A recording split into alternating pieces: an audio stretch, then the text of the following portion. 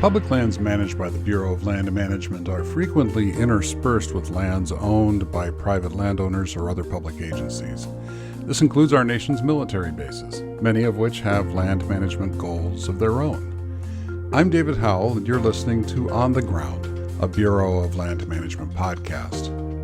Near Tucson, Arizona is the 200,000-acre Fort Huachuca, an Army base located in the Sky Islands, a mountainous area between Tucson and the Mexican border. The Sky Islands area is also managed by BLM, the U.S. Forest Service, other public agencies, and many private landowners.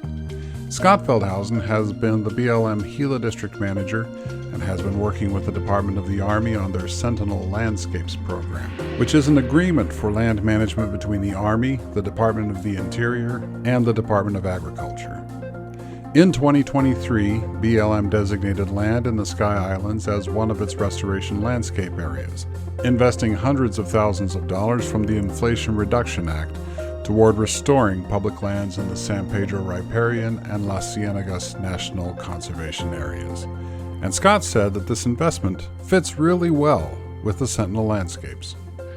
And the purpose of it was to sustain the area's vital ecosystems, support compatible land uses, foster community partnerships, leverage collective resources because nobody has everything they need to get the job done. Right? All while ensuring the continued viability of the very unique testing and training mission at Fort Huachuca. Most of the focus for them is as an electronics warfare testing and training mission. It is where the Army Corps intelligence officers are trained, and is where all Army and Marine UAV drone operators are trained. Okay. And so it is mostly focused on how to know what the enemy is doing while keeping our military safe. We've got some fairly unique and sensitive areas in that area that we're trying to protect. So what's the relationship then between the Fort Huachuca operation and what you want to accomplish out in BLM? There are really four pillars to what we're doing. The military resilience and forward operations is one of them. Endangered species conservation, protection, restoration actions is another. Water conservation, particularly is tied to the San Pedro River and the San Pedro Riparian National Conservation Area, is a third. And then keeping working lands working, keeping those open landscapes in that traditional rural economy so that you don't have development pressure from a bunch of residents or infrastructure from cell towers, power lines, that type of stuff, which would conflict with the military mission. And so it's when you look at the Fort Huachuca mission of a flexible testing and training community that conducts successful missions at Fort Huachuca in partnership with a vibrant rural economy, preserving protected ecosystems, conserving natural resources, and building resilience across the landscape.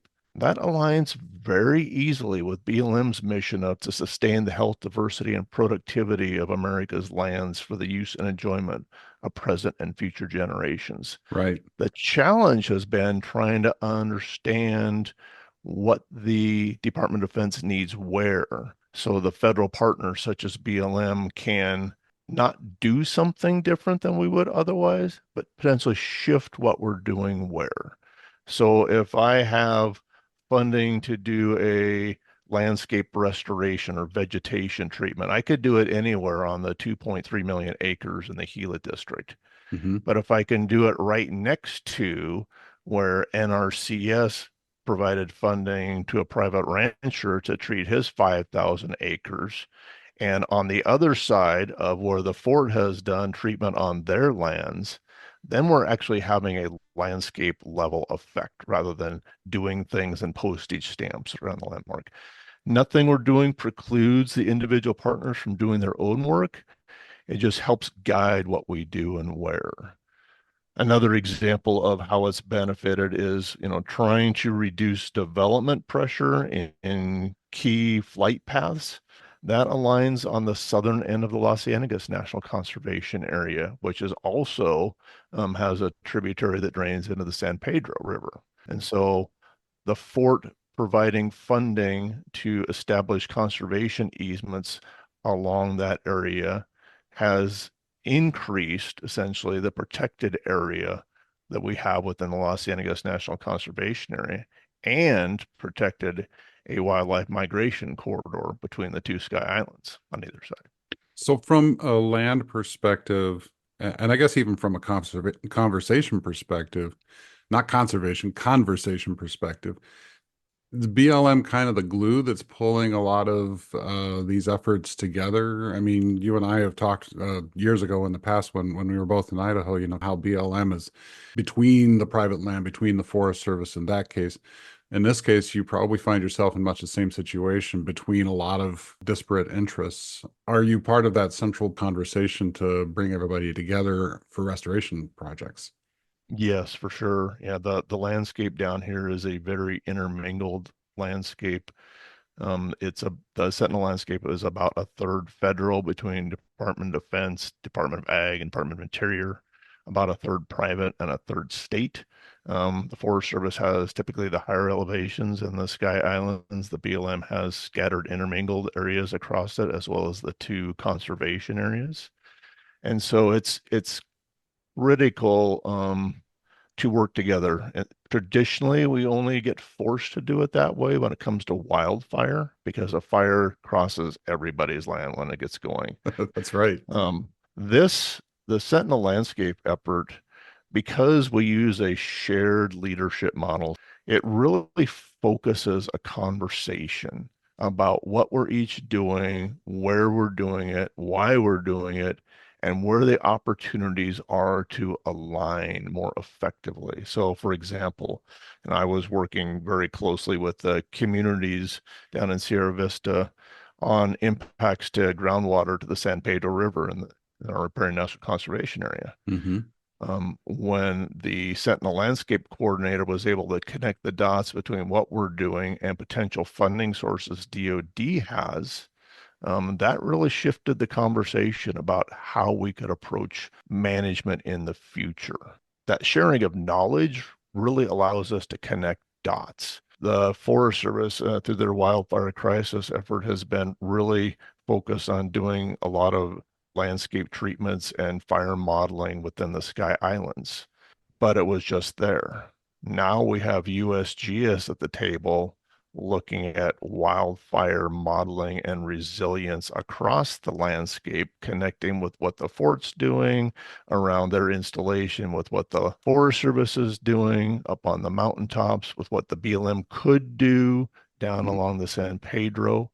And interesting things are coming out of it. In some of that modeling, we're learning that the mountain front recharge, the precipitation going in the ground along the foothills of the mountains, is very, very critical to groundwater recharge in the San Pedro River Basin.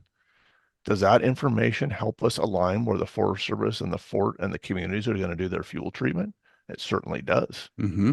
And so now we can incorporate, what if we shift from doing it here to here into the groundwater model and tell us what the effect is? It's not changing what we're doing. It might change where we do it. What do you see as forecasting for the future? Major projects or, major initiatives that you want to see keep going? Yeah. We're wrapping up our brand new strategic and comprehensive plan right now that kind of combines everything we've done in the past and sets the standard for the future. The two big initiatives we have right now are fully creating an integrated groundwater surface water model, which will help us evaluate both the impact of a changing climate on the health of the San Pedro River, as well as what the current and proposed restoration projects have on that. Same time, we're also building out, we're the beginning stages of building out a comprehensive fire modeling tool for the landscape, so that we can look at both values at risk, as well as the impact of vegetation treatments to reduce fuel loads across the landscape, and better focus them not just on federal lands where we have a focus, but across that landscape to really truly protect as best we can the most important ecological areas. Well, great. This has been wonderful, Scott. Thank you so much for visiting with me on this. Yeah, thank you, Dave. It's been a pleasure working on this project. It's one of those things that really brings joy. It really, implementing BLM's mission across the landscape with multiple partners in a way that we would normally never get to on private lands, on state lands, on other federal lands, and helping everybody else succeed too. That's the fun part of the job. Scott Feldhausen is the Gila District Manager based out of Tucson, Arizona. We'll have more information on our website for this episode, including a link to the sentinellandscapes.org site for Fort Huachuca.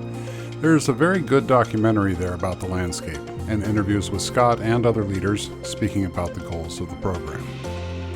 We're coming up on the end of Season 1 very soon for this On the Ground podcast, which you can find on iTunes and Apple Podcasts, and on BLM's website, blm.gov/media/podcasts. I'm David Howell. Thanks for joining me, and we'll see you out there on the ground.